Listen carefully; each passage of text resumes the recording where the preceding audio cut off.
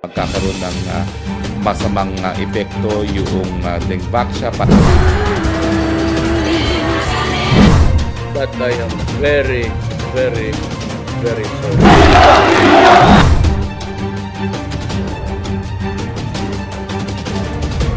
Time to know the news of the week. I'm Ria Fernandez, and this is the MB Rundown.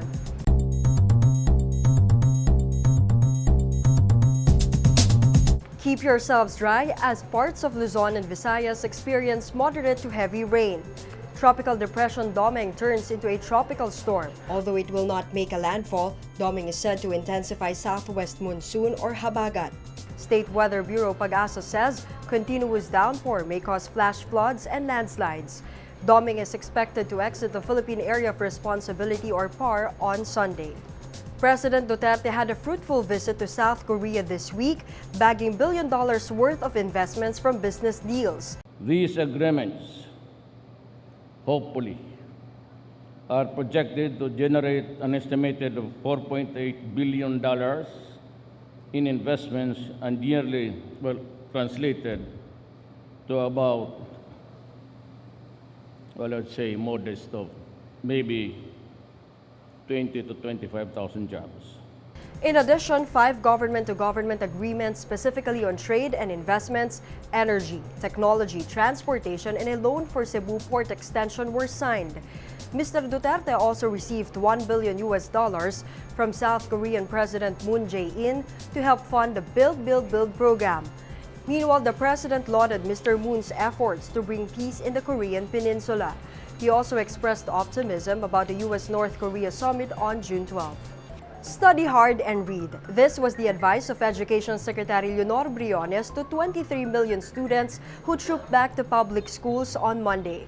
During her visit in Quezon City High School at the opening of classes, Briones reminded students to focus on their studies.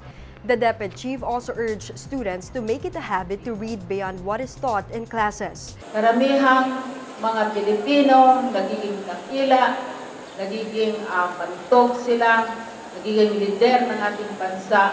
Sila ay hindi lamang nag-aaral sa loob ng classrooms, pero nag-aaral din sila sa labas. DepEd is implementing its computerization program to ensure that all learning resources in schools are up to date. It is also procuring 200,000 tablets this year, worth 8 billion pesos for senior high school students. Classes and work are suspended on June 12. This as we celebrate the 120th anniversary of the Philippine independence under the Spanish rule. According to the National Historical Commission of the Philippines or NHCP, this year's theme is Kalayaan 2018, Pagbabago Ipinaglaban Alay sa Masaganang Kinabukasan. In line with this, a simultaneous flag-raising ceremony will be held in various parts of the country, including Aguinaldo Shrine in Kawit, Cavite and Rizal Park. Meanwhile, no classes and work as well on June 15, the expected day of Eid al-Fitr or celebration of the end of Ramadan. Over 30 students aged 6 to 19 graduated from the annual Manila Bulletin's Junior Journalist Summer Camp. Here is the report. For most kids, summertime is playtime, but these 30-plus youngsters choose a different way to spend it. On June 1, they graduated as Manila Bulletin's newest batch of junior journalists. In the past 10 days, students learned about news production in print. But for the first time since the camp's inception in 2014, they were trained on the use of digital media in journalism. I'm a junior journalist in my school, and since I've been taking this workshop for 10 days, I think that I'll be able to write better news from now on. Aside from new learnings, hidden talents of students were discovered.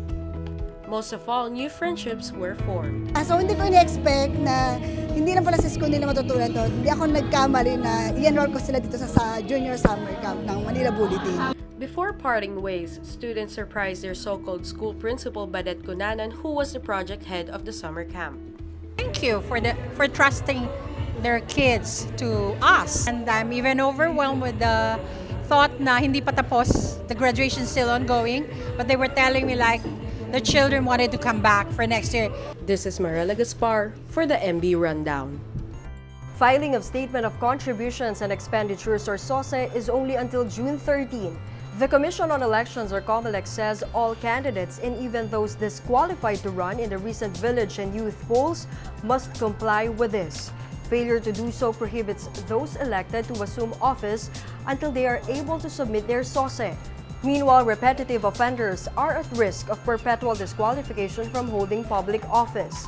Latest figures show at least 120 candidates have been disqualified with finality with the poll body's campaign finance office.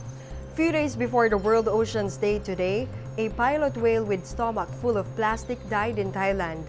The autopsy found at least 80 bags and other plastic products inside its gut. The whale's death mirrored the plastic pollution crisis in the world. A Greenpeace activist from Indonesia cited how critical the government's role in addressing the plastic problem. We cannot really recycle our way out of this plastic crisis. So reduction is also one of the things that we should really tackle.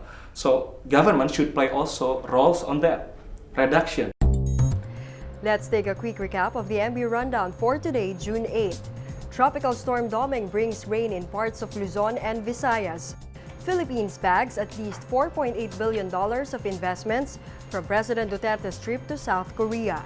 DepEd Secretary Briones urges students to study hard and read. Classes and work suspended on June 12 and 15. Over 30 students finished the MB Junior Journalist Summer Camp.